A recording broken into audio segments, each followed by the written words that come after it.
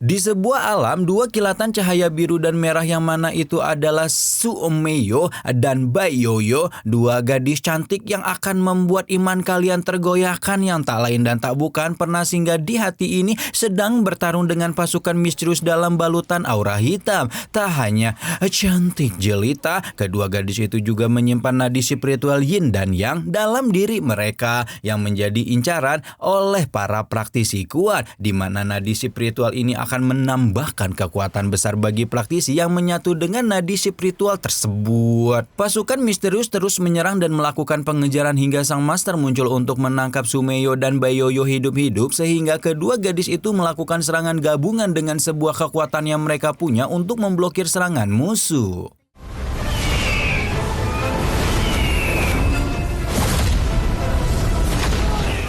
Ibarat janji manis seekor buaya darat kayak kalian nih, serangan kedua gadis itu awalnya berjalan mulus dengan ledakan energi yang menghancurkan area sekitar yang secara langsung menunjukkan betapa kuatnya mereka. Namun sayangnya seperti hari apes yang tak ada di kalender, sesepuh dari sekte musuh tiba-tiba muncul mendesak kedua gadis itu untuk mengeluarkan kekuatan yang tersisa, yang mana itu artinya kekuatan mereka sudah berada di ujung tanduk.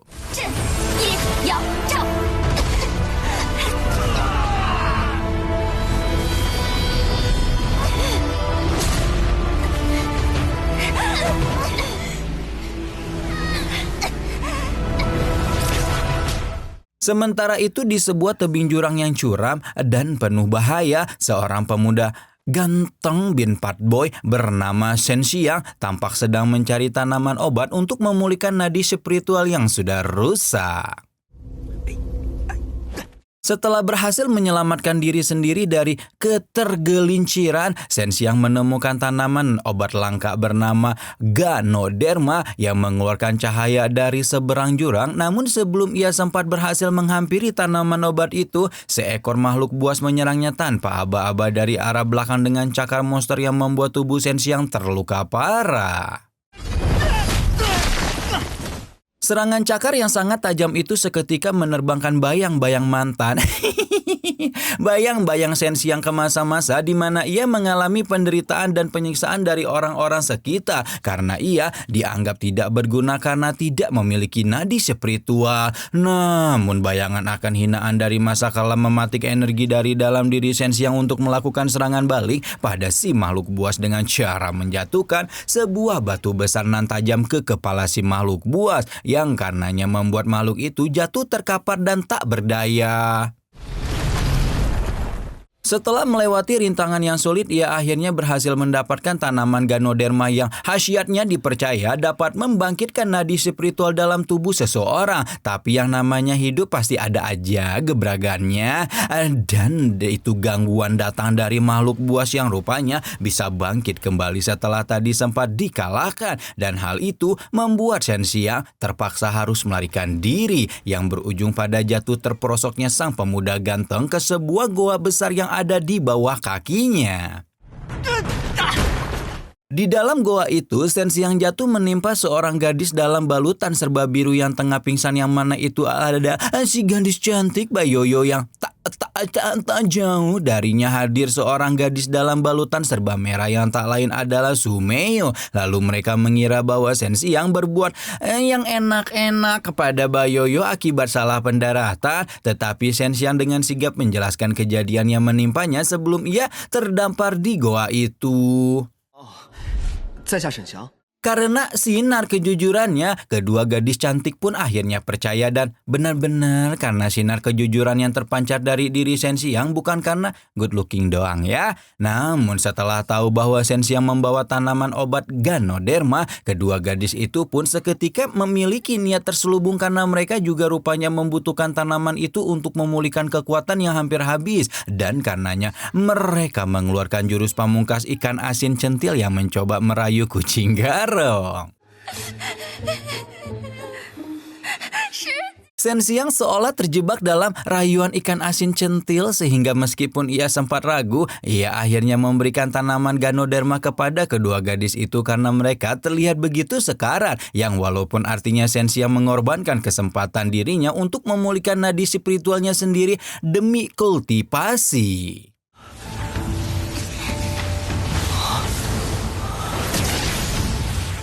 Setelah mendapatkan tanaman Ganoderma, anehnya kondisi kedua gadis itu malah kian memburuk, yang mana hal itu ternyata disebabkan oleh energi tanaman Ganoderma yang terlalu kuat untuk mereka. Bagaikan terobsesi dengan Shenxiang dalam artian buruk, si makhluk buas mengikuti Shenxiang dan kembali menyerang dengan cakar monsternya, sementara para gadis hanya terkapar dan tak berdaya. Namun kondisi lemah itu tak menyurutkan mereka untuk bangkit dengan susah payah untuk menolong Shenxiang yang tersudut oleh serangan si makhluk buas dengan cara memberikan nadi spiritual tingkat dewa mereka kepada Shenxiang sehingga Shenxiang yang sempat sekarat bisa sadar kembali dan berhasil mengalahkan makhluk buas itu.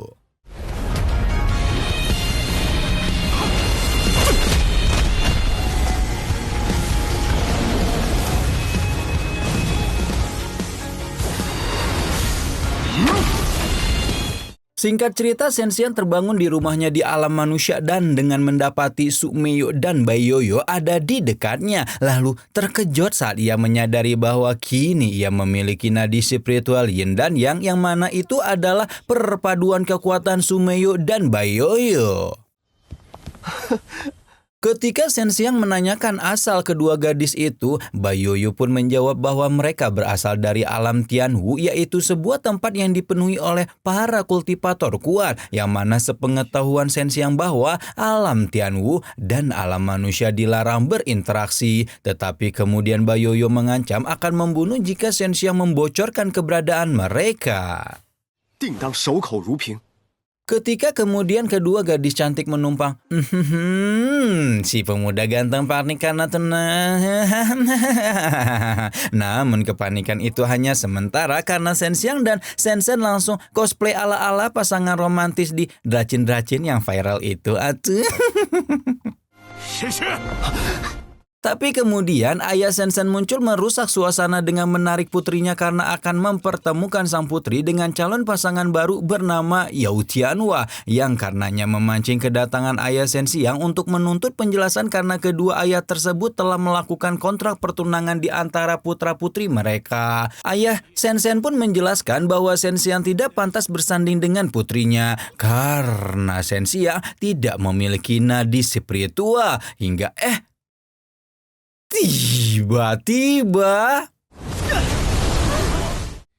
Tiba-tiba saja demi mendapatkan Shenzhen membuat Yao Xianhua si calon pacar baru menantang Shenxiang untuk baku hantam. Saat pertarungan dimulai, Shenxiang sempat kewalahan dengan kekuatan barunya, namun dengan segera mampu mengatur nadi spiritualnya sehingga bisa melancarkan serangan mematikan terhadap Yao Xianhua yang membuat si calon pacar baru mengakui kekuatan Shenxiang.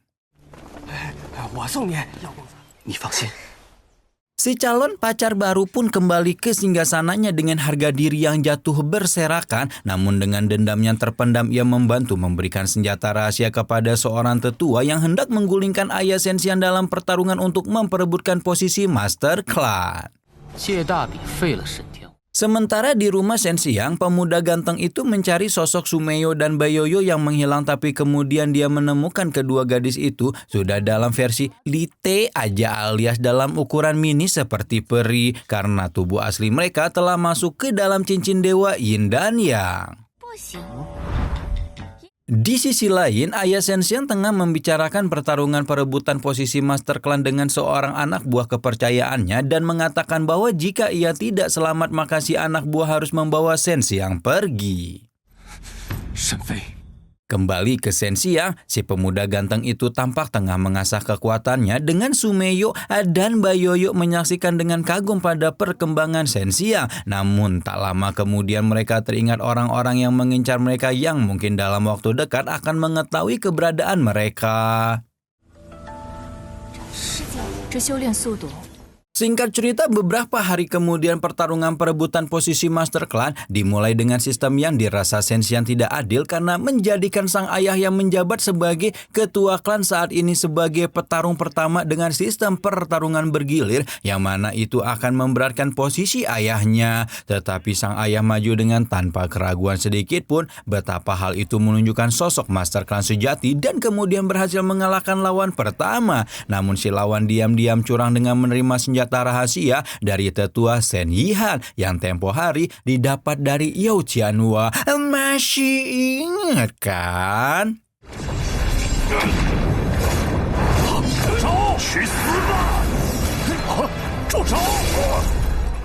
Meski dengan kondisi terluka akibat senjata rahasia, ayah Shen Xiang melanjutkan pertarungan dengan melawan Shen Yihan yang licik, dan karena kondisinya itu sang ayah tidak berhasil mengalahkan lawan dan malah terjatuh sekarat, yang mana pemandangan pilu tersebut memancing kesedihan di mata Shen Xiang.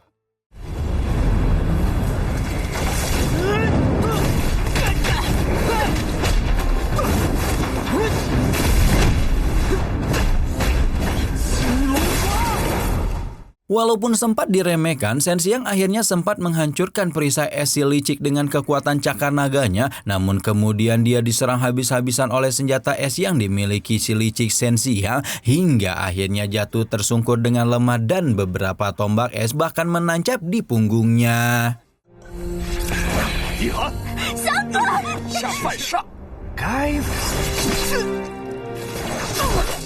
Lalu Sumeyo hadir dengan memberitahu Shen Xiang bahwa dia tidak akan bisa mengalahkan si licik dengan kondisi lemah seperti itu, namun Shen Xiang tidak menyerah begitu saja, dan dengan sisa kekuatan yang dimilikinya dia pun mengeluarkan teknik naga api yang sempat diajarkan Sumeyo untuk melawan kecurangan yang dilakukan pada ayahnya.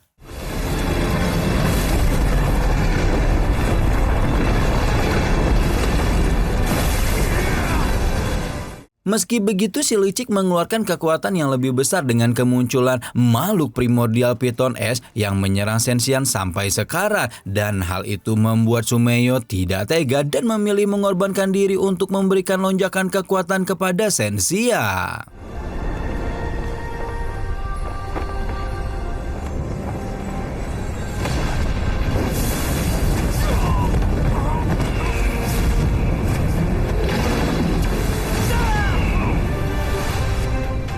Ketika Sumeyo berhasil menyatukan sisa kekuatannya dengan Shen Xiang, arena pun dipenuhi dengan energi api yang menyebar luas dan menyala, yang mana itu adalah lonjakan kekuatan yang sangat dahsyat yang menghadirkan sosok baru Shen Xiang, seolah-olah ia berjalan seperti sesosok raksasa dengan kilatan cahaya pada tubuhnya, membuat semua orang terkejut, termasuk Shen Yihan sendiri.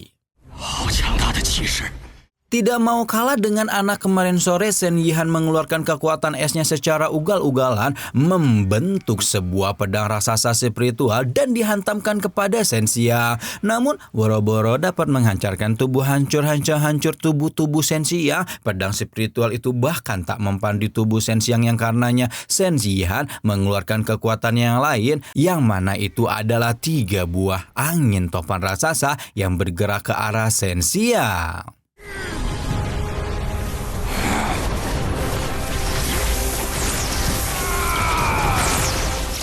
Tapi si pemuda ganteng pun memutarbalikkan serangan angin topan tersebut kepada Shen Yihan, membuat si licik terpontang-panting kabur dari serangan angin topan yang sudah dibalut dengan energi apinya Shen Xiang. Meski berusaha untuk kabur, Shen Yihan ditarik oleh Shen Xiang ke dalam pusaran angin topan itu, diombang-ambing, kemudian dihantamkan sebagai balasan atas jebakannya kepada ayahnya. Dengan tanpa ampun, Shen Xiang pun langsung mengeluarkan seekor burung api spiritual raksasa dari kekuatannya, yang tak hanya menggelakkan tubuh Shen Yihan tanpa nyawa, tapi juga menghancurkan arena, yang mana akibat kekuatannya yang dahsyat itu seolah kelelahan hingga akhirnya pingsan.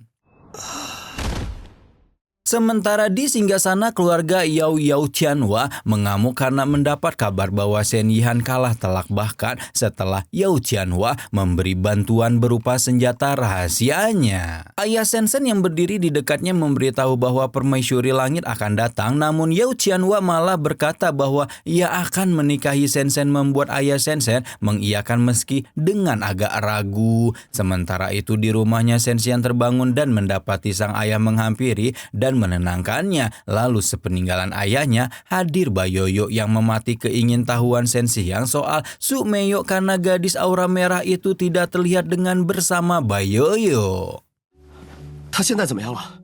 Bayoyo pun menjelaskan bahwa pada pertarungan melawan Sen Yihan, Sumeyo mengorbankan diri dengan cara menguras habis kekuatannya untuk bisa menyatu dengan Sen Xiang. Dan hal itu membuat Sen Xiang bertanya-tanya apakah ada cara yang bisa dilakukan untuk menolong Sumeyo. Dan hal itu pun dijawab oleh Bayoyo dengan memberitahu bahwa Sen Xiang bahwa satu-satunya hal yang bisa dilakukan adalah meningkatkan kekuatan dengan berlatih sebaik mungkin agar tidak menyia-nyiakan pengorbanan Sumeyo.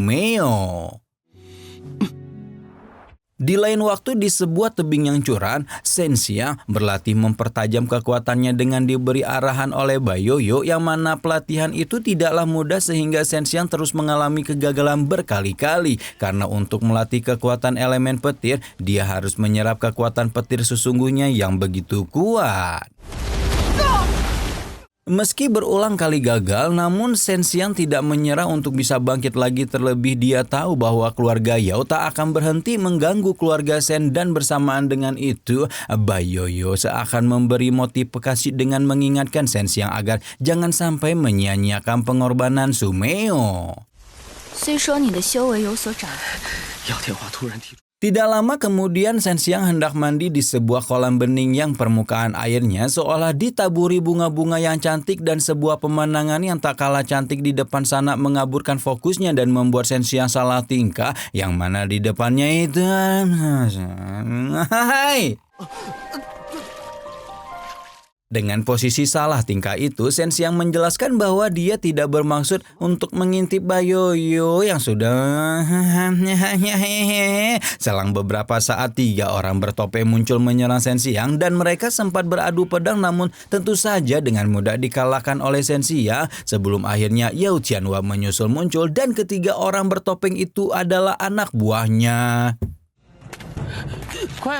Kemunculan Yao Tianhua ini adalah untuk memberitahu Sen Xiang bahwa dia akan menikahi Sen Xiang yang mana posisi Sen Xiang adalah masih menjadi tunangannya. Dan hal itu membuat Sen Xiang marah karena meskipun pertunangannya hasil perjodohan, dia tetap menghargai Sen Xiang. Ketika amarah membuat Sen Xiang mengacungkan pedang leher Yao Tianhua, si Yao Tianhua mengajak Sen Xiang untuk bertarung di lain hari. Yang mana jika Sen Xiang menang, maka Sen Xiang akan menjadi miliknya.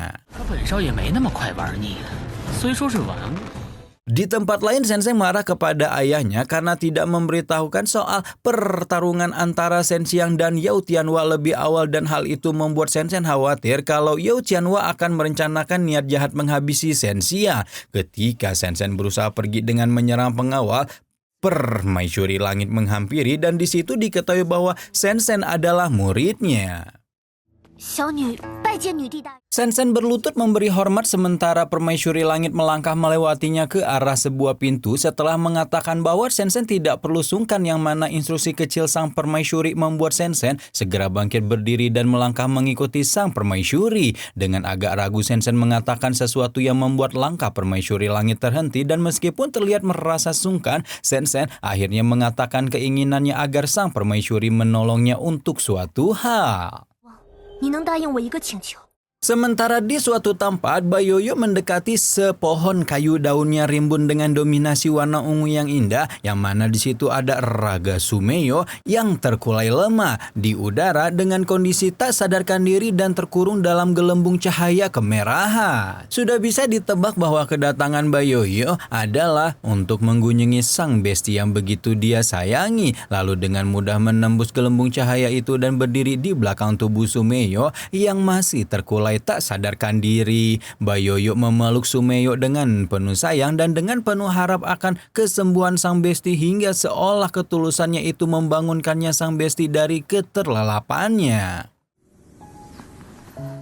Ketika Sumeyo terbangun masih dalam keadaan lemah, Bayoyo mengingatkannya tentang Sen Xiang dan bertanya apakah Sumeyo menyukai pemuda itu karena sampai repot-repot atau mengorbankan diri. Tetapi Sumeyo hanya menjawab bahwa Sen Xiang memiliki hati yang murni.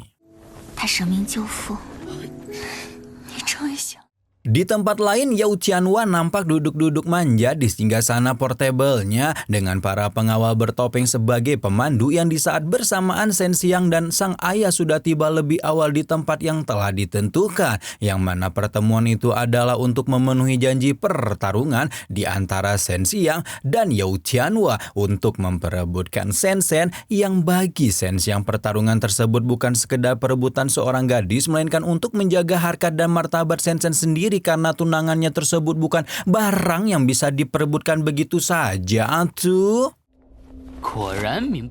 Ayah Shen Shen bahkan terlihat bergabung dengan rombongan pemandu Yao Tianhua dan sepertinya tak terbiasa berjalan dengan jarak yang cukup jauh karena terlihat bengek, sesak dan terbatuk-batuk begitu tiba di tempat. Tetapi langsung jaim, pura-pura oke dan bahkan bersikap acuh tak acuh saat Shen Xiang menghampirinya dengan khawatir. Hal itu menunjukkan betapa ayah Shen Shen menganggap hina dan sorry nggak level terhadap Shen Xiang yang masih berstatus tunangan putrinya, yang kalau boleh julid maka sebenarnya Shen Xiang jauh lebih wow dari segala aspek jika dibandingkan dengan camar alias calon mertuanya tersebut.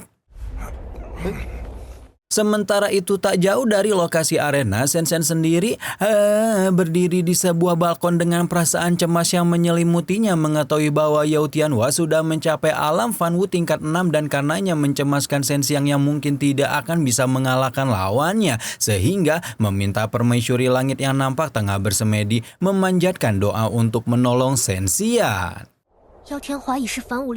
Ketika pertarungan dimulai dan kedua petarung telah bersiap di arena, Yao Tianhua melakukan pemanasan dengan menghardik Shen Xiang, mengatakan bahwa Shen Xiang jangan sampai kalah dan ditertawakan orang-orang, dan saat Shen Xiang mengatakan sudah menyiapkan tandu kalau kaki Yao Tianhua patah, Yao Tianhua nampak geram dengan ejekan balasan itu dan mulai memusatkan kekuatannya ke langit. Pedang spiritual yang ternyata adalah senapan meteor perusak bintang itu tak langsung dihunuskan ke arah Shen Xiang karena nampaknya Yao Tianhua ingin flexing terlebih dulu ala OKB yang kebelet memamerkan barang brandednya, yang mana menurut legenda senapan meteor tersebut adalah peninggalan dari generasi pertama keluarga Yao serta pernah mengalahkan 100.000 pasukan musuh dengan satu tembakan saja. Latar belakang lawan yang dar-der-dor tersebut tak lantas membuat Shen Xiang minder dan jadinya hanya berfokus pada kekuatannya sendiri, yaitu kekuatan cakar naga, yang di saat bersamaan permaisuri langit mengamati dan mengetahui bahwa kekuatan Shen Xiang tersebut adalah ilmu ajaib naga hijau dan raja burung Vermilion. Setelah sepersekian detik cuman diam-diaman, Yao Tianhua pun memulai serangannya dengan melesatkan senapan meteornya ke arah Shen Xiang dan berlari secepat kilat menangkap senjatanya yang sudah terlebih dulu mengenai Shen Xiang, dan untungnya masih bisa ditahan oleh Shen Xiang. Ketika kemudian mereka saling unjuk kekuatan, Yao Tianhua diam-diam mengakui bahwa kemajuan bertarung Shen Xiang rupanya begitu berarti sehingga mengeluarkan jurus tusuk pemecah awan yang memancing Shen Xiang untuk mengeluarkan jurus naga api, yang mana saat kedua jurus itu saling menyerang sekaligus memblokir satu sama lain, sayangnya serangan Yao Tianhua mendominasi sehingga Shen Xiang terpental menghantam arena. Namun good looking bukan sembarangan good looking, karena Shen Xiang juga memiliki karakter yang tidak mudah menyerah, dan hal itu terbukti dari bangkitnya sang pemuda ganteng bahkan setelah mengalami hantaman yang keras, dan kegigihannya itu juga sempat memantik pujian kecil dari Yao Tianhua yang tidak menyangka bahwa sang lawannya masih bisa bangkit. Meski berulang kali sempat kalah melawan serangan Yao Tianhua, rupa-rupanya api penyemangat Shen Xiang tak pernah padam dan justru kian membara dengan berfokus pada kekuatan elemen petir yang menghardik makhluk spiritual naga petir yang meliuk-liuk dengan gagahnya di langit, di mana hal itu memancing Yao Tianhua untuk mengeluarkan jurus tombak pemanah planet. Dua kekuatan dahsyat beradu memunculkan ketegangan tingkat tinggi bagi siapa saja yang menyaksikannya, hingga akhirnya adu kekuatan itu memunculkan ledakan raksasa yang memenuhi arena hingga tiba-tiba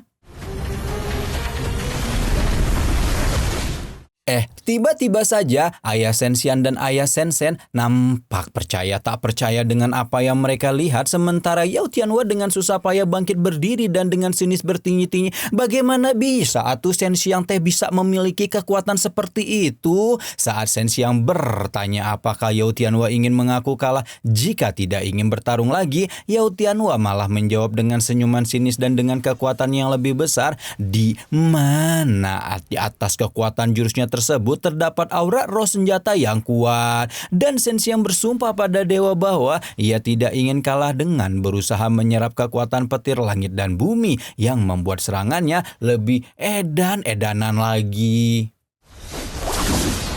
Serangan Sensiang bergeliara dalam gerakan secepat kilat sehingga Yao Tianhua pun terkecoh, dan meskipun Yao Tianhua berusaha melawan, namun Sensiang tak menjadikannya mudah dengan cara meninju, memutar hingga menghantam Yao Tianhua ke dasar arena dan lagi-lagi menciptakan ledakan yang dahsyat. Pertarungan pun berakhir dengan Sensiang keluar sebagai pemenang dan mengingatkan Yao Tianhua untuk jangan-jangan lagi mengganggu Sensen lagi. Tapi Yao Tianhua belum sempat memberi tanggapan karena keburu ambruk di tangan para pengawalnya. Dan di penghujung hari, setelah menggunakan kekuatannya dengan segenap jiwa raga demi menjaga harkat martabat tunangannya, akhirnya tubuh Sensiang tak kuasa lagi untuk berdiri tegak hingga perlahan ambruk dalam pelukan sang ayah yang setia mendampinginya sejak awal pertarungan. Sensian terbaring di tempat tidur dan ayahnya menaruh sepucuk surat di sampingnya. Lalu sepeninggalan sang ayah, Sensian yang terbangun langsung membaca surat yang ternyata ditulis oleh Sensen, memberitahu bahwa gadis itu akan meninggalkan negara Nanwu untuk berlatih atas petunjuk dari Permaisuri Langit karena Yao Tianhua yang licik mungkin akan terus mengganggunya, tetapi meminta Sensian untuk tidak perlu khawatir karena suatu hari nanti setelah selesai berlatih, dia akan kembali menemui Sensia. Seperti adegan krusial di Dracin-Dracin yang lagi viral, Sensiang berlari menyusul sang pujaan hati dan untungnya masih sempat bertemu meskipun cuman sekedar tatap-tatapan, tapi nikmatnya melebihi nemu uang semiliar. Menyadari keberadaan Permaisuri Langit, Sensiang bergegas membungkuk memberi hormat sebelum Permaisuri menyuruhnya untuk mengikuti ke sebuah arah hanya untuk mengatakan bahwa Sensiang tidak pantas menjadi dewa serta tidak pantas mendambakan Sensen yang mungkin sebenarnya hanya untuk mengetes mental Sensia.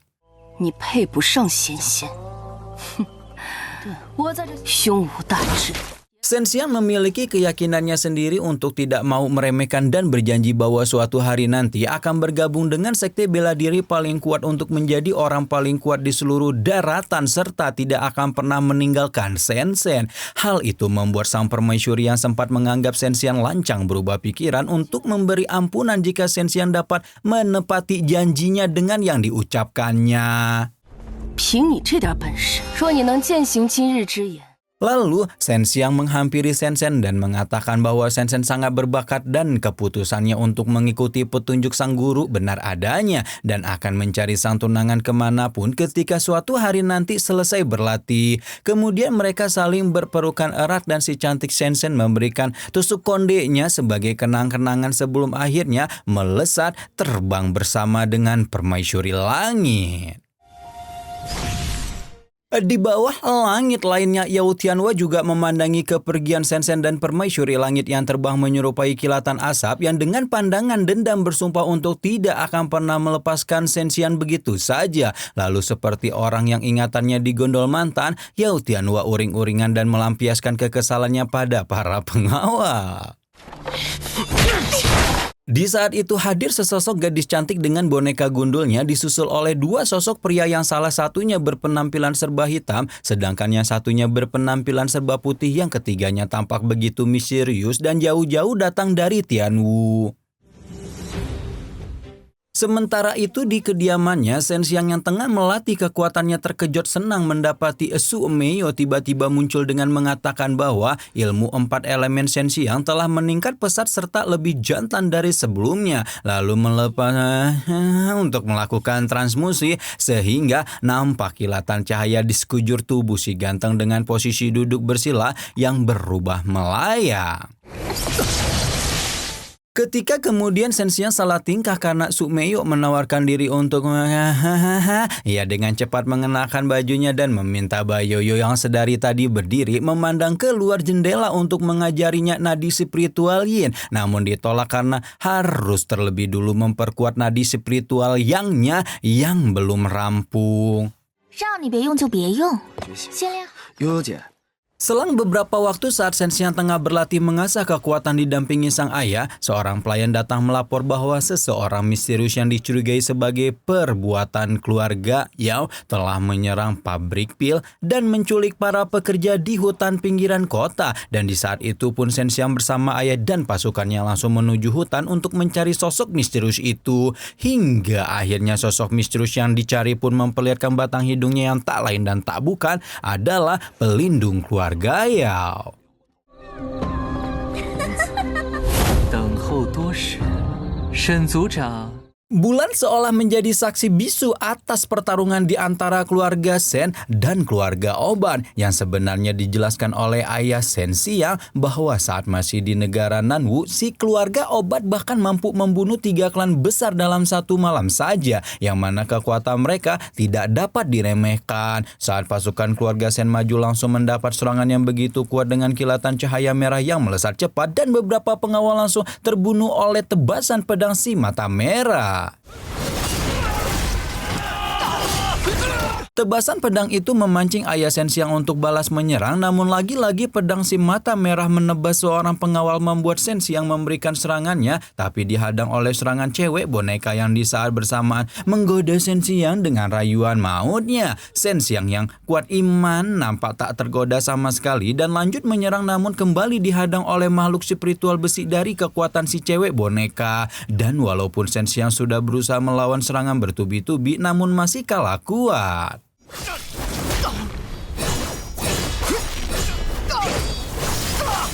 Sementara ayah Shenxiang melihat si mata merah nampak menguasai medan perang dengan pedangnya yang kuat dan semakin banyak pengawal yang terbunuh, membuat ayah Shenxiang kembali menyerang dengan kekuatannya yang besar. Lalu Shenxiang yang malang dikepung oleh serangan cewek boneka dan 2 makhluk besinya, dan dengan sekuat tenaga berusaha untuk bertahan serta tetap menyerang walaupun akhirnya terhempas juga, sehingga dapat ditarik ke dalam pelukan cewek boneka dengan tali-tali manjanya, membuat Shenxiang lemah dan tak berdaya. Melihat sang putra dijahati oleh cewek seperti pelakor itu, ayah Shenxiang maju untuk menolong, namun dihadang oleh si mata merah dengan kekuatan yang melonjak didapat dari roh pedang Jenderal Guiqi. Karenanya dengan segenap jiwa raga Shenxiang mencoba melepaskan ikatan tali-tali manja, namun si cewek boneka menjadikannya sulit dengan mengikat sekujur tubuh Shenxiang dan menjahatinya lagi hingga kilatan petir menyelimuti tubuh Shenxiang dan juga muncul di langit yang pada akhirnya mampu melepaskan belenggu cewek boneka penggoda segala diborong. Sampai-sampai si cewek pun terlihat tak percaya dengan kekuatan elemen petir Shenxiang, dan di saat yang bersamaan Shenxiang melihat ayahnya tersudut oleh lonjakan serangan si mata merah, sehingga bergerak cepat untuk menyelamatkan sang ayah dengan melayangkan bogem petir pada si mata merah sampai terhempas ke tanah.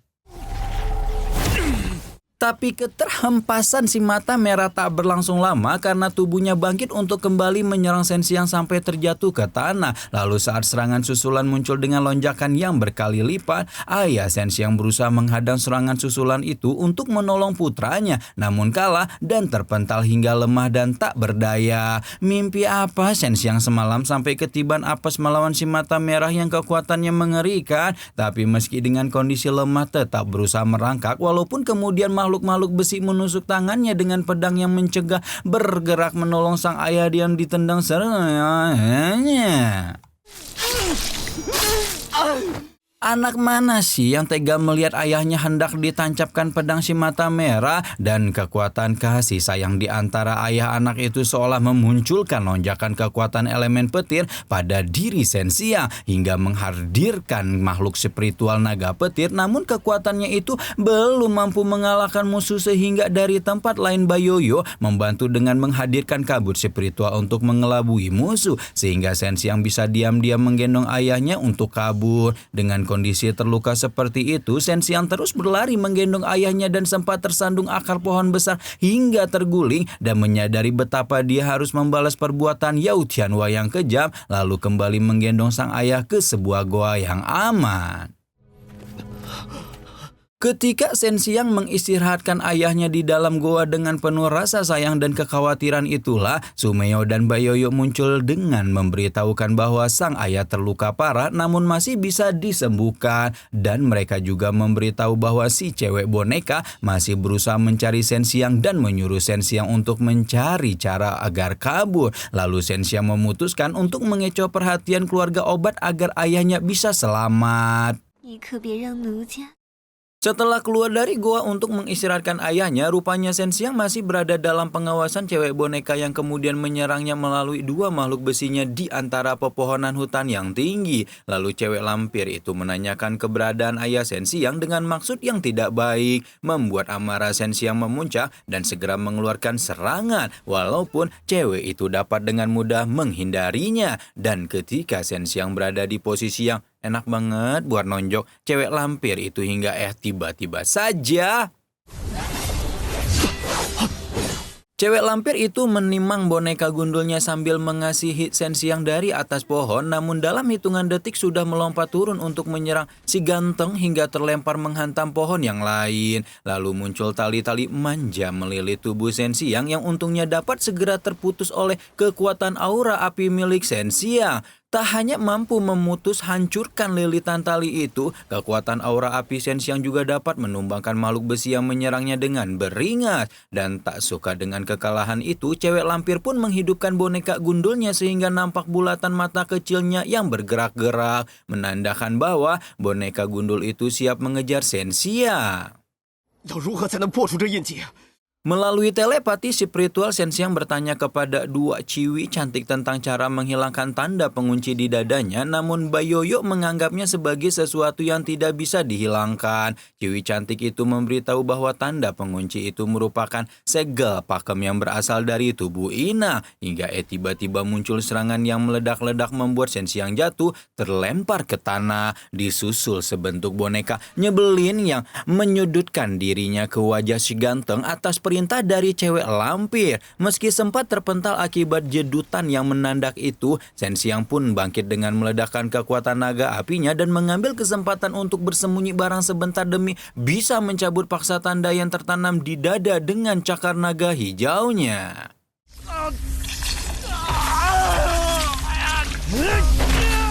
Pencabutan paksa itu berhasil mengecoh cewek lampir yang mengira bahwa Shen Xiang bersembunyi di balik pohon besar, sehingga saat cewek itu meledakkan pohon besar di hadapannya, dia nyaris tersenyum puas untuk kemudian terheran-heran. Ketika cewek lampir itu berbalik, dia tidak siap dengan serangan tak terduga itu dan hanya bisa tercengang kewalahan dan juga tantrum. Lalu Shen Xiang menyempurnakan serangannya dengan teknik naga ganda Leao yang berhasil menghempaskan cewek lampir sampai hangus dan tak berdaya.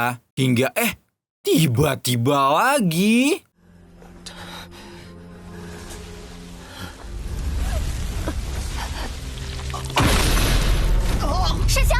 lelehan jiwa di dalam boneka gundul perlahan menghidupkan kembali tubuh cewek lampir yang semula hangus dan bahkan sudah tidak memiliki tanda-tanda kehidupan. Dalam sekejap raga mati itu sudah kembali berdiri tegak, memunculkan keinginan yang lebih kuat untuk melukai Shen Xiang. Melihat itu, cewek lampir itu menyuarakan tawa kuntinya dengan puas. Sambil menyeret tubuh Shen Xiang di tanah, cewek itu hendak menjadikan si ganteng sebagai bonekanya. Dalam kondisi tak sadarkan diri, rupanya Shen Xiang terbangun di alam lain dengan latar bebatuan kristal biru dan tak lama muncullah Baiyoyo.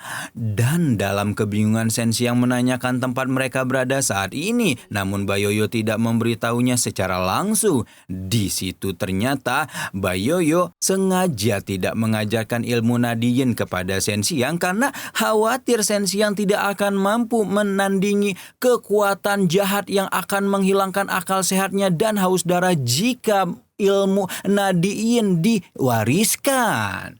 还有，你们 Melalui tawaran dari Bayoyo, Shen Xiang pun bersedia membangkitkan nadi yin dengan tujuan untuk melindungi sang ayah, keluarga, serta Bayoyo dan Sumeyo. Lalu dengan satu jentikan jari, Bayoyo membawa Shen Xiang pada sebuah pusaran dengan formasi cahaya biru yang kemudian menyatukan jiwa raga mereka. Peleburan jiwa raga itu mampu menghadirkan sosok baru dalam diri Shen Xiang, membuat cewek lampir itu terkejut-kejut.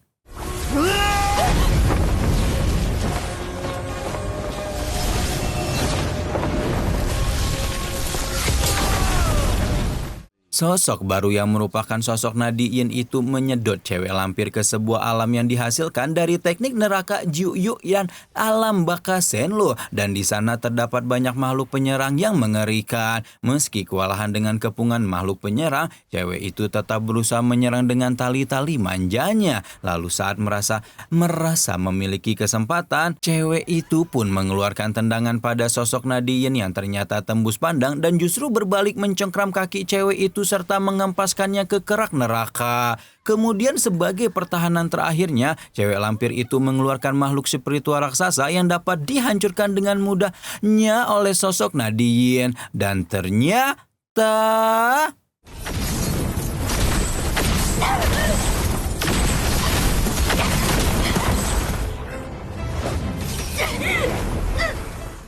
Dan ternyata tak lama sosok nadi yin mengeluarkan format cahaya yang memelesatkan rantai-rantai raksasa untuk mengikat kaki, tangan, dan leher cewek lampir. Dalam posisi terjepit, cewek itu masih sempat-sempatnya tantrum dan berkata akan menghancurkan keluarga Shen dengan cara mencabik-cabik dan hidup-hidup. Selama beberapa detik, dia pun tertawa kencang sampai rantai-rantai itu menarik kuat cengkramannya hingga tubuh cewek itu hancur lebur dan hanya menyisakan boneka gundul yang terkapar.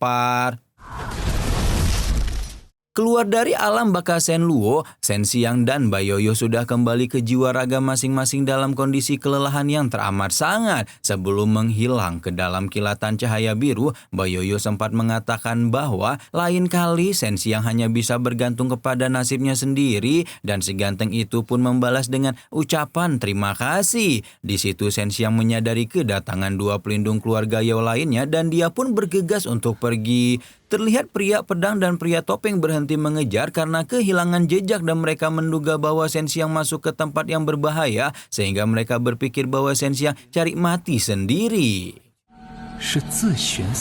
Terlihat pelarian Shen Xiang membawanya jauh lebih masuk ke dalam hutan. Aura jahatnya sangat kuat di mana perpohonannya tak berdaun itu terlihat seperti makhluk yang siap mencengkram kapan saja. Menyadari suasana hutan seperti itu, Shen Xiang pun berpikir untuk putar balik, namun dihadang oleh Sumeyo yang muncul dalam wujud mininya. Sumeyo mengatakan bahwa jika Shen Xiang putar balik, maka kemungkinan Shen Xiang akan mati di tangan dua orang pelindung keluarga Yao itu.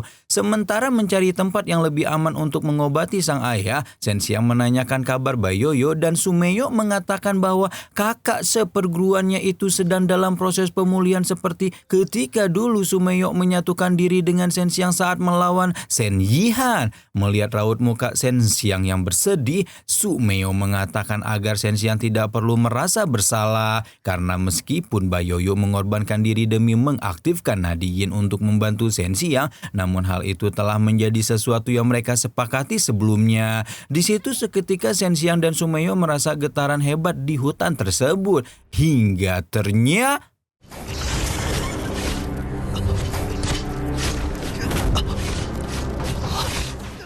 sebuah bidikan misterius melesat dengan begitu cepat membuat Sumeyo meneriakkan nama Shen Xiang dengan penuh kewaspadaan. Bidikan misterius itu berhasil memerangkap tubuh Shen Xiang di sebuah pohon yang menampilkan sarang laba-laba raksasa. Dengan kekuatan apinya, Shen Xiang mampu melepaskan diri dari perangkap tersebut. Namun monster yang diyakini Sumeyo sebagai laba-laba bertopeng manusia siluman tingkat tinggi itu terus menyerang Shen Xiang. Meski Shen Xiang telah melancarkan banyak serangan, namun rupanya monster laba-laba itu tidak mudah untuk dikalahkan dan bahkan balik menyerang si ganteng hingga terjatuh pingsan. Tapi rupanya Shen Xiang sedang menjalankan taktik untuk menyerang titik vital di bagian perut monster itu dengan mantra Lei Long Wan Jun sehingga monster itu akhirnya dapat dikalahkan.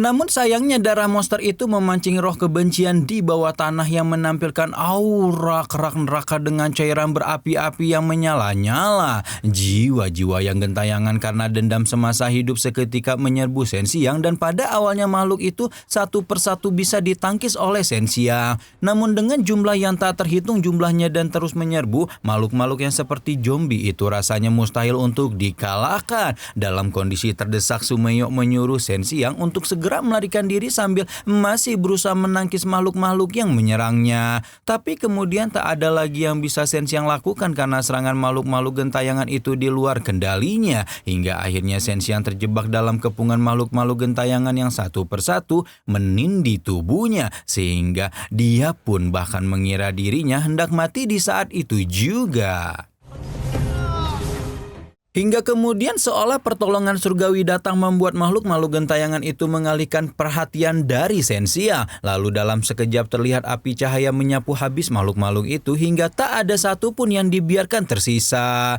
Shenxiang yang terbebas dari kepungan mengerikan itu segera bangkit berdiri dan melihat ke langit untuk mencari tahu apa yang sebenarnya sedang terjadi. Di saat itulah Shenxiang menyadari bahwa pada kenyataannya yang datang itu hanyalah pertolongan tak disengaja akibat kilatan serangan yang ditimbulkan oleh pertarungan antara dua orang misterius. Dua orang misterius yang dimaksud adalah seorang wanita dengan senjata pedangnya dan seorang pria berjubah dengan kekuatan aura birunya. Kemudian terlihat bahwa wanita pedang itu tidak mengenal siapa yang tengah bertarung dengannya karena dia bahkan menanyakannya secara langsung. Namun pria berjubah itu mengatakan bahwa saat ini wanita pedang itu belum berhak untuk mengetahui siapa dirinya. Shenxiang sempat melihat wanita pedang itu mengeluarkan kekuatan api dan es sekaligus dan Sumeyo membenarkan lalu menambahkan bahwa wanita pedang memiliki nadi langit api es. Meiyo bahkan sempat mengatakan bahwa pertarungan kedua orang itu adalah bintang yang bertemu takdir. Mendengar informasi tersebut, Shenxiang bertanya apakah Sumeyo mengenali mereka.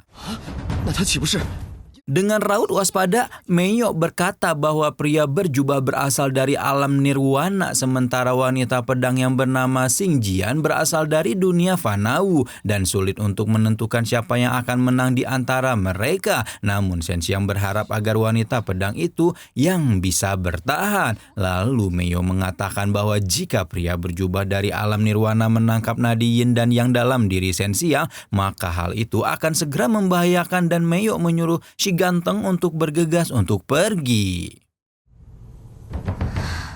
Kemudian terlihat wanita yang bernama Jingxian itu nampak aktif memberikan serangan, namun pria berjubah terlihat lebih kuat meski tidak banyak bergerak. Shenxiang bersimpati saat wanita pedang itu berkali-kali dikalahkan, namun Sumeyo berkata bahwa kultivasi Shenxiang tidak memungkinkannya untuk turun tangan dan sama saja baginya untuk cari mati jika nekat untuk membantu.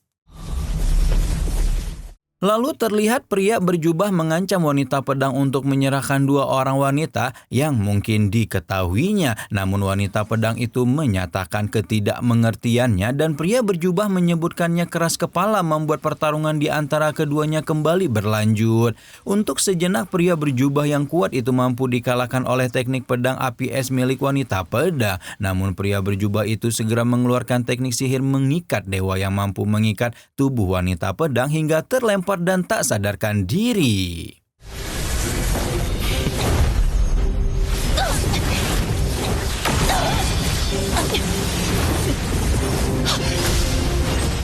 Tak jauh dari tempat pertarungan itu, Sumeyo mengajak Shenxiang ke ujung tebing dan memperlihatkan bebatuan yang menjulang seolah menutupi langit dan bumi. Sumeyo lalu menyuruh Shenxiang untuk meletakkan telapak tangan pada bagian bebatuan dan memancing teknik naga hijau sehingga muncul formasi cahaya kepala naga yang merupakan reruntuhan petua Qinglong.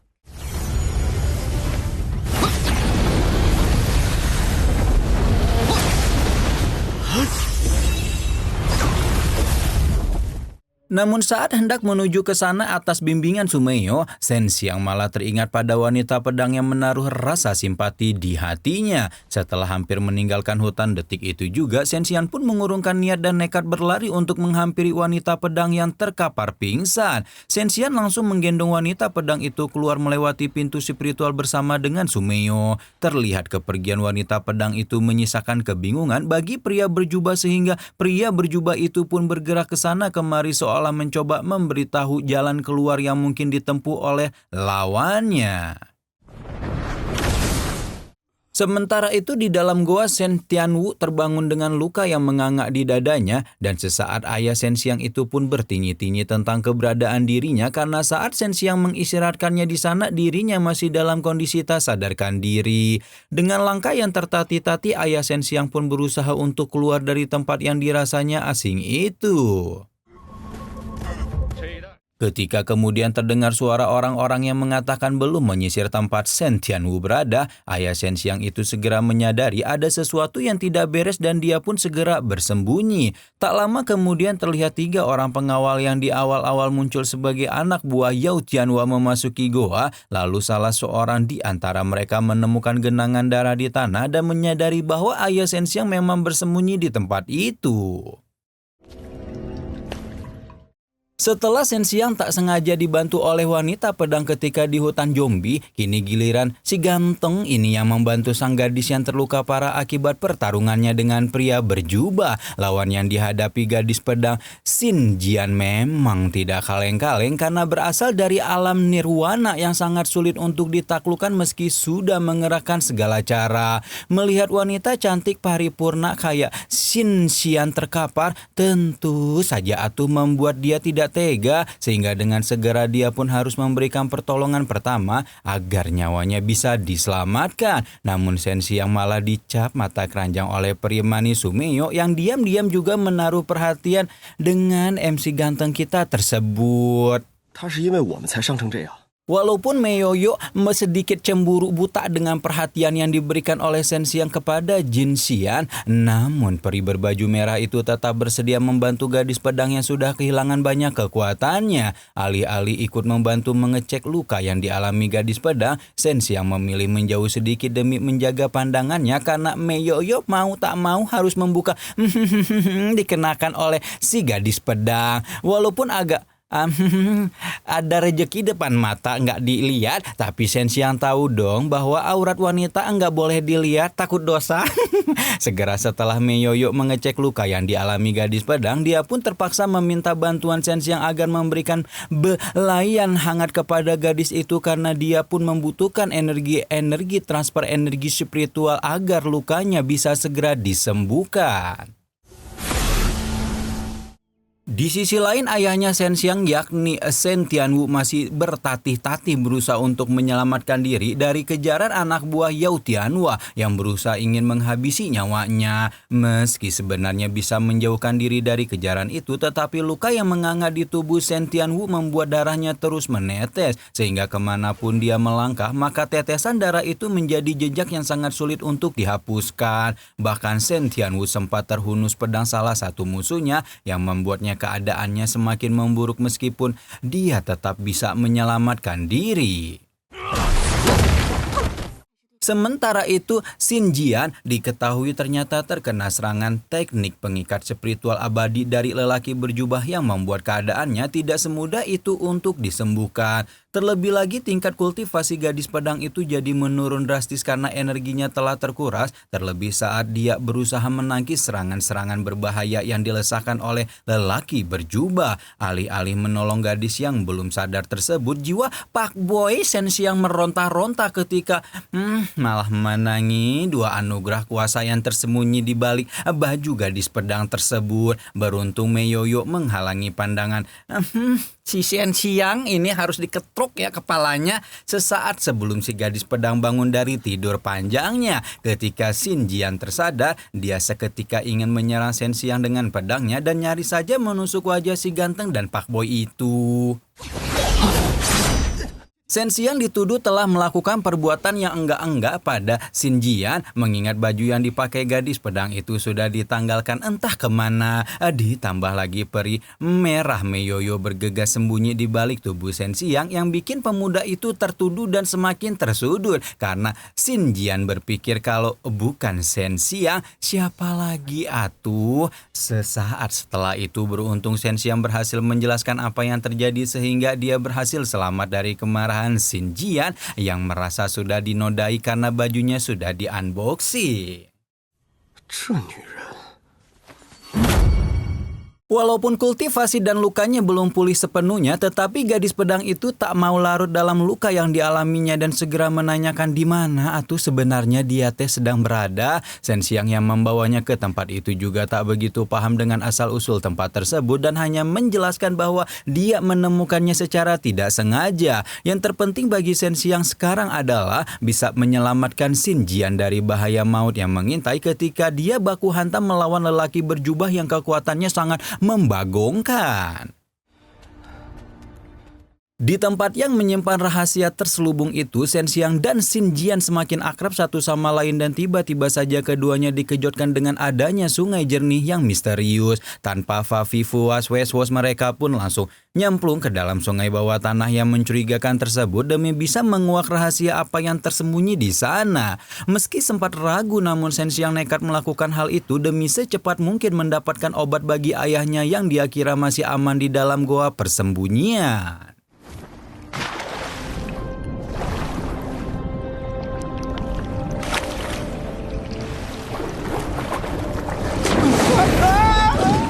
Ternyata di bawah sungai misterius tersebut ada reruntuhan peradaban yang membuat Shen Xiang dan Xin Jian semakin penasaran tentang bagaimana cara asal-usul tempat itu terbentuk. Keduanya pun nekat menyusuri setiap sudut reruntuhan kota dan ternyata malah tersesat di dalam labirin bangunan yang sangat membingungkan. Alhasil, keduanya pun berusaha untuk keluar dari dalam air namun terhalangi oleh dinding spiritual yang mencurigakan yang membuat air di sana sulit untuk ditembus. Beruntung meski Shen Xiang agak fuckboy, namun dia mempunyai kecerdasan di atas rata-rata karena mempunyai ide agar mengikuti arus sungai guna menemukan jalan keluar.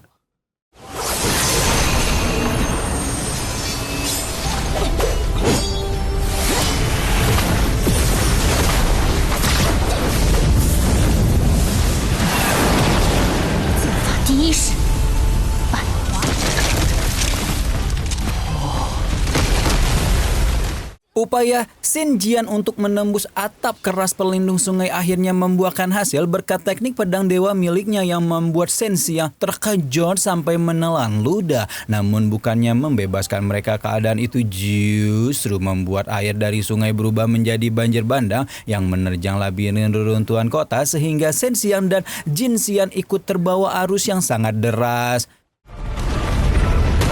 Beruntung keduanya terbawa arus tersebut dan terjebak di dalam labirin dinding yang menutup dengan cepat sehingga bisa saja membuat mereka jadi ayam penyet. Untungnya Shen Xiang dan Jin Xian bisa bekerja sama dengan baik dan si pendekar pedang pun segera menahan dinding yang menutup cepat tersebut dengan jurus es batu kristal yang sedikit banyak mampu menahannya.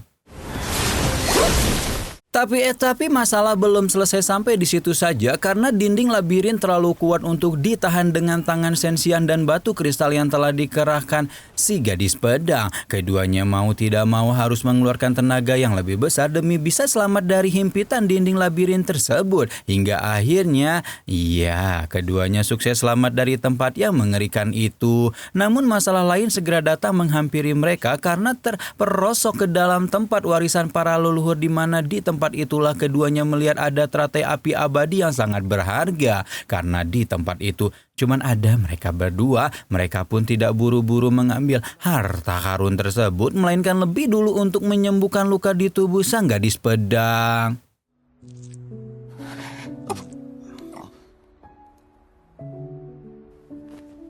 Meski sempat mencoba menjaga pandangan, tapi si Pak Boy ini benar-benar hoki karena dia malah diminta ngolesin salep spiritual ke tubuh Xin Jian yang babak belur. Luka-luka yang menganga di tubuh wanita cantik tersebut disentuh dengan lembut, hati-hati dan penuh perhatian oleh Shen Xiang yang Bikin suasananya jadi semakin wadidaw kayak si Oyen dulu yang pas di season 1 itu loh. Masih. Seberes mengolesi salep spiritual ke tubuh wanita tersebut, Shen Xiang lantas memberinya pakaian yang lebih pantas biar aurat si manis Xin Jian makin enggak kemana-mana. Keduanya pun kini sudah siap melanjutkan perjalanan menyusuri tempat reruntuhan kuno tersebut dengan semangat yang membara. Hingga tiba-tiba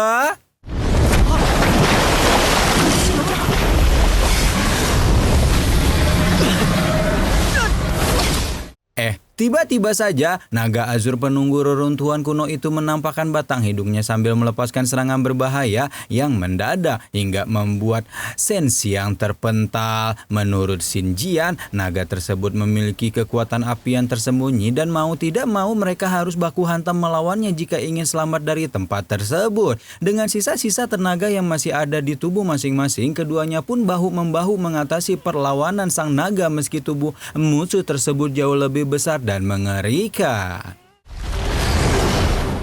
Kedatangan naga api yang menghalangi perjalanan Shen Xiang dan Xin Jian jelas membuat keduanya kewalahan untuk bertarung mengingat kondisi fisik mereka yang belum pulih sepenuhnya. Naga api dari zaman kuno tersebut tergolong jadi musuh yang super kuat, terlebih lagi karena kulit sisiknya yang keras sehingga sulit untuk dikondisikan meski dengan menggunakan pedang tajam Xin Jian. Dalam situasi yang genting itulah Shen Jiang tiba-tiba saja merasakan ada sinyal benda bertuah yang tidak lain dan tidak bukan adalah pedang suci milik King Long Shengzun. Pemuda fuckboy tersebut bisa merasakan getaran energi pedang suci karena dia mengaku telah menguasai ilmu suci King Long yang seketika membuat Xin Jian sadar diri kalau Shen Xiang bukan sembarangan cowok. 居然真的是青龙神功。 Menurut Shen Xiang, monster naga api raksasa tersebut hanya bisa dikalahkan dengan menggunakan pedang suci milik King Long Shengzun yang saat ini tersembunyi di dasar sungai. Shen Xiang dan Xin Jian pun langsung cepat-cepat untuk berbagi tugas di mana si gadis pedang bertindak untuk menangani naga api, sedangkan Xin Jian harus segera menyelam untuk mengambil pedang pusaka tersebut.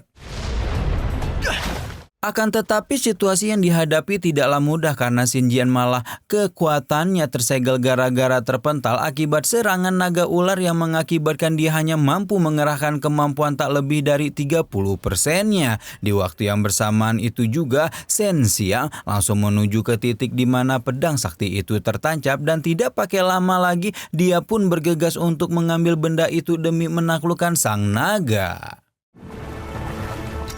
Pedang suci milik King Long Shengzun tersebut memiliki energi naga hijau sehingga bisa menjadi lawan yang sepadan untuk menandingi kekuatan naga api emas yang sulit dikendalikan. Dan benar saja ketika naga api tersebut hampir saja melahap habis Nona Xin Jian yang sudah lemah tak berdaya, Shen Xiang muncul dari dalam air dengan begitu cepat dan langsung menusuk tubuh si naga api.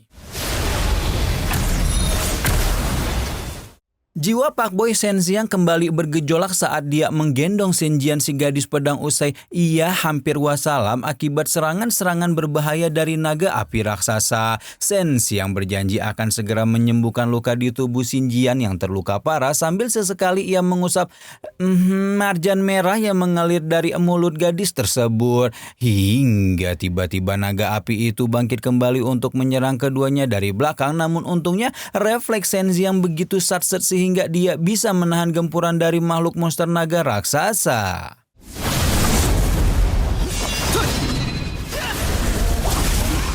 Meskipun sebelumnya sempat dipandang sebelah mata oleh Shen Jian yang menganggap Shen Xiang tidak akan mampu melawan naga raksasa, namun berkat kekuatan pedang legendaris itu Shen Xiang mampu membuat lawannya bertekuk lutut. Bahkan Shen Xiang tidak mau melepaskan naga api raksasa walaupun makhluk tersebut sudah berusaha kabur lari terbirit-birit sampai terkencing-kencing.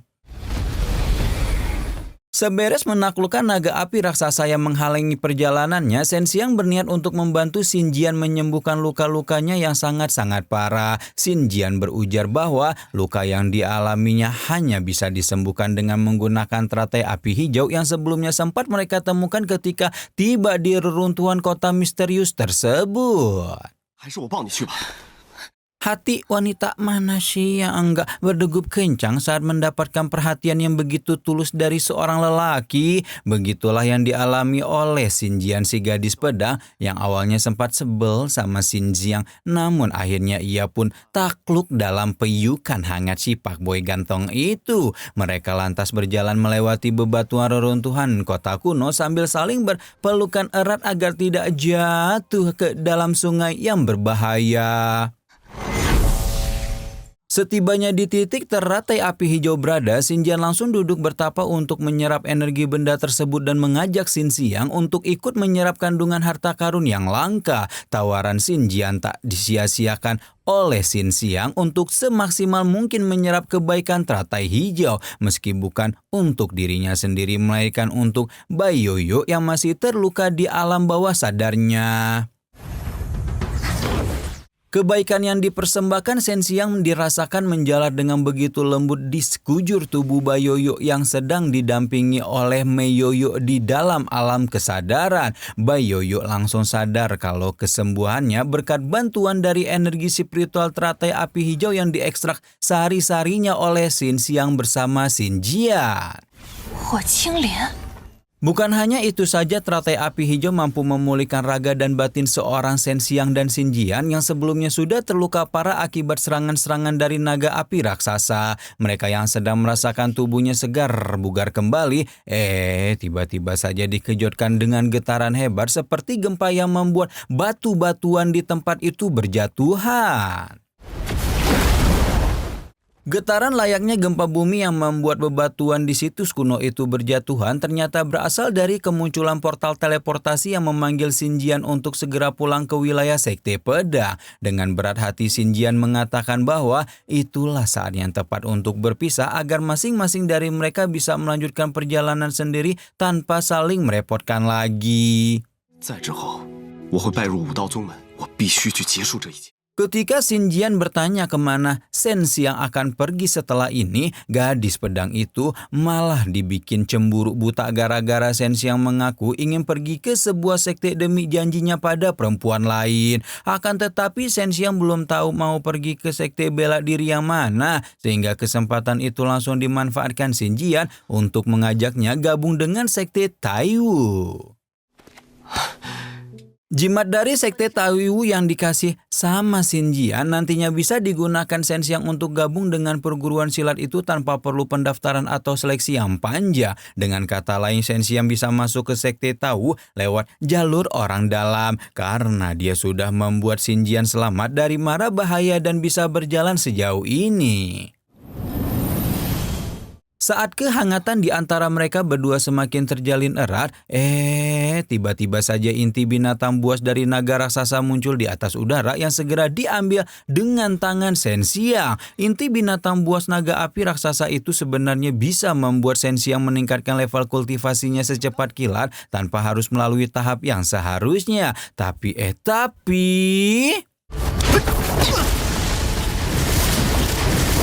inti binatang buas yang seharusnya bisa berkhasiat pada kultivasi Xinjiang dan Xinjiang malah mengeluarkan racun buas yang seketika membuat gadis pedang itu lemah tak berdaya. Pandangannya jadi kabur dan berkunang-kunang sampai dia tak sadar jatuh ke pelukan Xinjiang lagi sehingga pemuda itu dapat rejeki nomplok yang tak terduga. 你怎么了？ Meski begitu, Xinjiang segera sadar kalau racun di tubuhnya semakin menjalar yang memaksanya untuk secepat mungkin melakukan meditasi penyembuhan agar kandungan berbahaya tidak membuat keadaan semakin memburuk. Begitu juga dengan Xinjiang, pemuda itu langsung bermeditasi juga untuk menyembuhkan dirinya sehingga sambil berusaha mentransfer energi kepada Xinjiang meski pada akhirnya mereka tidak mampu mengatasinya. Xinjiang langsung nyebur ke dalam sungai dan dikejar oleh Xinjiang dengan penuh kepanikan. Tapi tiba-tiba saja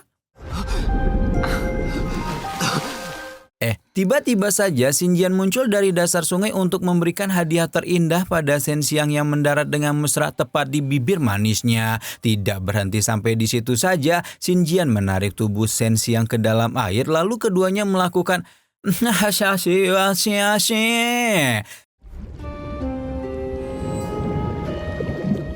Singkat cerita, mereka berdua sudah kembali ke daratan dan akhirnya Xinjian tersadar lebih dulu dari racun yang hampir menghabisi nyawanya secara perlahan. Melihat Shen Xiang masih belum juga bangun, Xinjian mengalami perasaan yang campur aduk antara cemburu, jatuh cinta, sebal, hingga jengkel karena lelaki ganteng di hadapannya itu baru saja melakukan sesuatu kepadanya. Ini teh mirip-mirip Shoyen atau sama Mbak Yunji itu dulu di season 1. Bukan sama Mbak Yunji atuh, sama Tante Medusa karena kan kena hipnotis racun itu loh. Kalau Medusa kan kena sama yang obat yang pink-pink teh ya. Kalau ini kan sama racun dari naga ceritanya.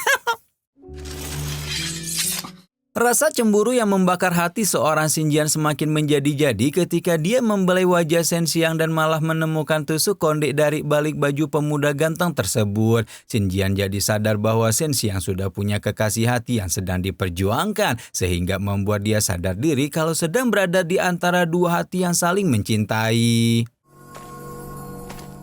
Xinjian dengan rasa patah hati dan kekecewaan yang membara memilih pergi meninggalkan Shen Xiang sambil berharap agar kelak kejadian yang baru saja dilakukan keduanya cukup untuk dikenang saja. Sesaat setelah Xinjian pergi, Shen Xiang akhirnya sadar dan langsung terkejut ketika tusuk konde yang dirahasiakannya sudah jatuh ke tanah. Akan tetapi, ia tak mau ambil pusing dengan kejadian yang baru saja dialaminya karena yang terpenting sekarang adalah segera pergi menyelamatkan ayahnya.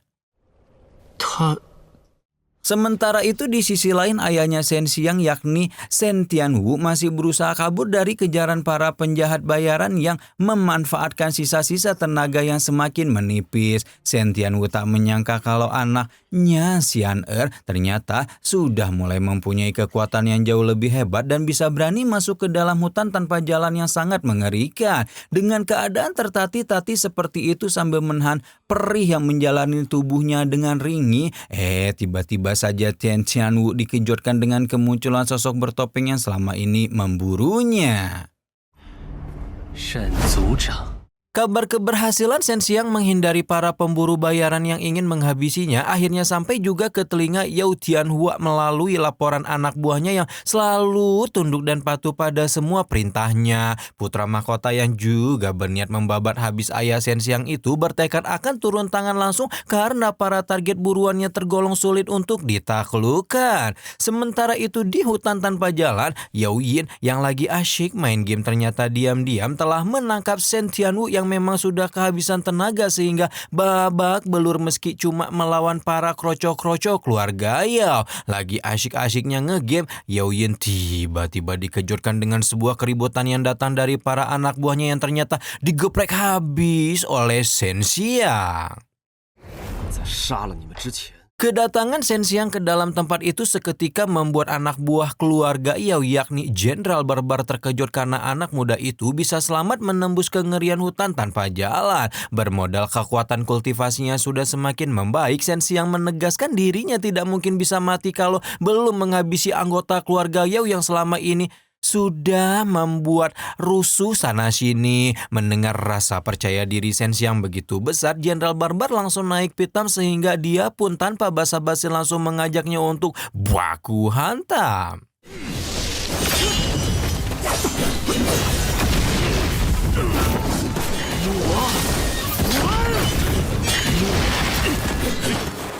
Setelah mendapatkan suntikan energi dari Xinjian, keterampilan bela diri Shen Xiang ketika menggunakan pedang sudah jauh lebih baik yang bikin lawannya kali ini kewalahan. Bahkan ketika Jenderal Barbar menggunakan teknik Dewa Pedang Liar Raksasa, Shen Xiang masih bisa mengatasinya dengan baik tanpa harus mengalami luka yang serius. Keahlian Shen Xiang saat bertempur menggunakan pedang turut diakui oleh Yao Yin secara diam-diam meski musuh bertopeng putih itu tidak mau gegabah ikutin nimbrung karena merasa anak buahnya bisa mengatasi pertarungan. Akan tetapi Shen Xiang nampaknya memang sulit untuk ditaklukkan dengan cepat karena Jenderal Barbar terpaksa jadi semakin liar menggunakan berbagai varian gaya yang selama ini sering ia sembunyikan.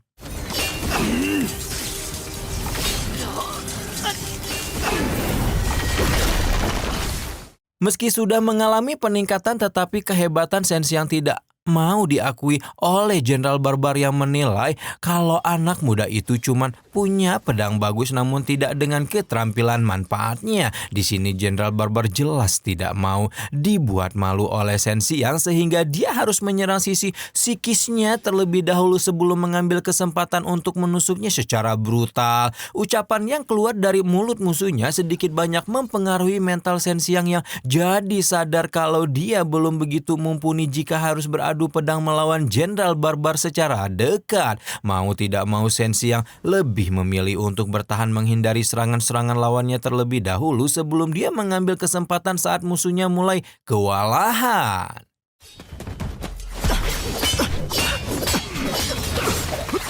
Walaupun Shen Xiang sedikit kena mental gara-gara ucapan musuhnya yang menganggap dirinya remeh tak berguna, namun alam bawah sadarnya yang sudah mengandung energi pedang dewa segera membuatnya kembali berani. Naga hijau di lautan awan-awan gelombang memberikan suntikan semangat bagi Shen Xiang bahwa dia bisa menghadapi Jenderal Barbar dengan teknik hujan pedang yang sulit untuk ditandingi. Dan benar saja Shen Xiang mampu menghujani lawannya dengan tusukan-tusukan mengerikan seperti Master Chef lagi mencincang-cincang ayam yang ingin dibikin sate tusuk. Melihat bawahannya kalang kabut, Yao Yin yang sedari tadi diam akhirnya ikut tersulut emosi sehingga mau tak mau dia harus terjun langsung membuat atasi kengerian seorang Shen Xiang. Sempat dilarang oleh Jenderal Barbar yang mengaku masih sanggup mengatasi Shen Xiang, pendekar topeng putih Yao Yin tetap bersikeras untuk menjajal kekuatan anak muda tersebut. Pasalnya Shen Xiang sudah sampai ke tahap yang jauh lebih baik dalam bertarung sehingga wajar kalau tuan muda Yao Tianhua menganggapnya sebagai duri dalam daging yang bisa saja merugikan keluarga Yao. Berbekal jurus andalannya pakai gitar biola, Yao Yin memberi pelajaran pada Shen Xiang melalui serangan bertubi-tubi yang datang dari arah yang tidak disangka-sangka seperti rejeki. Keadaan itu jelas membuat Shen Xiang semakin tertekan karena dia sangat sulit menghindari serangan Yao Yin dari berbagai sudut sehingga belum sempat ia menghindar sudah kena lagi.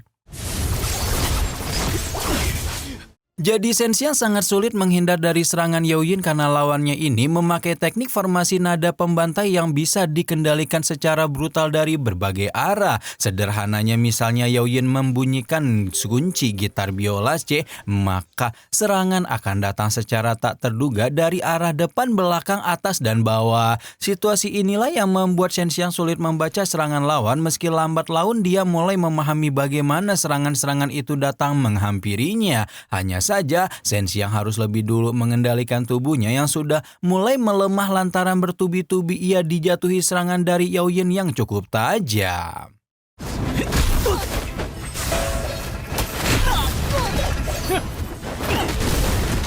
Prediksi Shen Xiang terhadap dari mana datangnya serangan Yao Yin ternyata benar karena musuhnya tersebut memang menggunakan lantunan nada melodi yang bisa mengendalikan jurus-jurus tajam. Semakin kencang senar gitar biola dipetik, maka serangan yang menghujani Shen Xiang akan semakin gencar dari berbagai arah yang tidak disangka-sangka.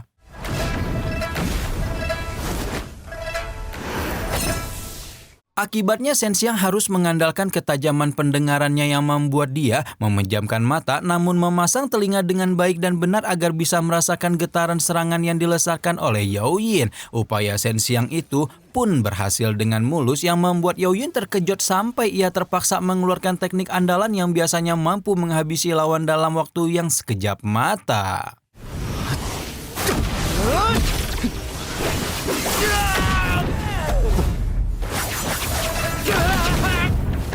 Tapi bagaikan hidup manusia di dunia yang fana seperti kita, masalah yang dihadapi sebenarnya tidak benar-benar selesai melainkan hanya berganti masalah saja. Usai sukses mengalahkan Yao Yin, Shen Xiang malah jadi kena masalah baru karena dua musuh yang ada di hadapannya segera menyatukan kekuatan untuk melawan Shen Xiang secara keroyokan.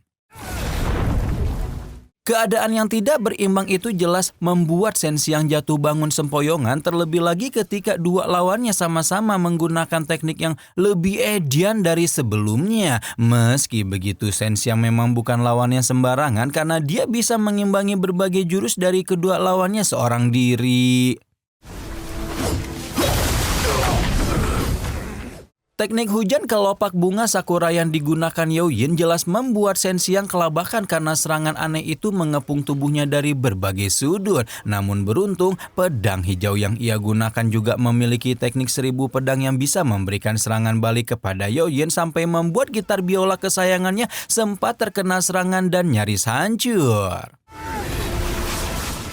Di sisi lain, Jenderal Barbar juga semakin kehilangan kesabaran karena serangan bagaimanapun bisa ditangkis dengan baik oleh Shen Xiang sehingga dia sampai terpaksa menggunakan jurus penghancur gunung. Tapi serangan gabungan dari Yaoyin dan Jenderal Barbar bisa dengan mudah dikendalikan oleh Shen Xiang ketika dia mengeluarkan teknik naga hijau yang begitu dahsyat. Akibatnya dua lawan yang ia hadapi sampai terpental jauh ke belakang jatuh tak mampu bangkit lagi sambil menahan rasa sakit yang menjalar di tubuh mereka.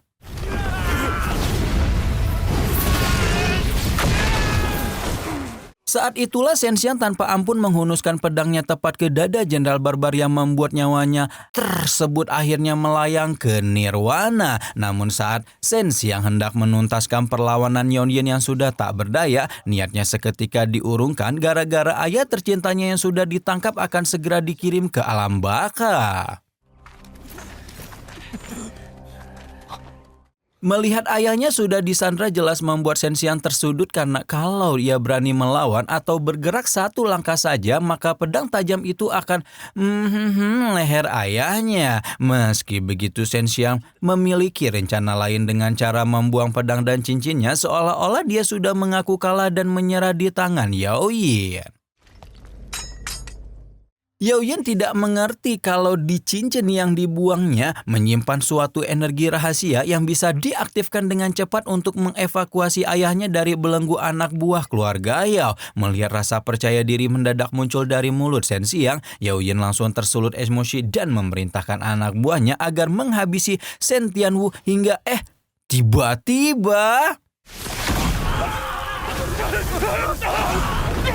dua nona manis, Mbak Yoyo dan Mek Yoyo keluar dari cincin Shen Xiang untuk menyelamatkan ayahnya yang hampir saja meregang nyawa di tangan keluarga Yao. Melihat situasi tersebut, Yaoyin merasa dikelabui oleh Shen Xiang namun dia sudah tidak punya daya dan upaya untuk memberikan serangan yang jauh lebih gila. Akibatnya Yaoyin malah dimusnahkan oleh Shen Xiang dengan satu teknik terakhirnya sebelum dia bertekad akan mencari keberadaan Yao Tianhua yang selama ini ingin menghabisinya. 接下来该轮到你了。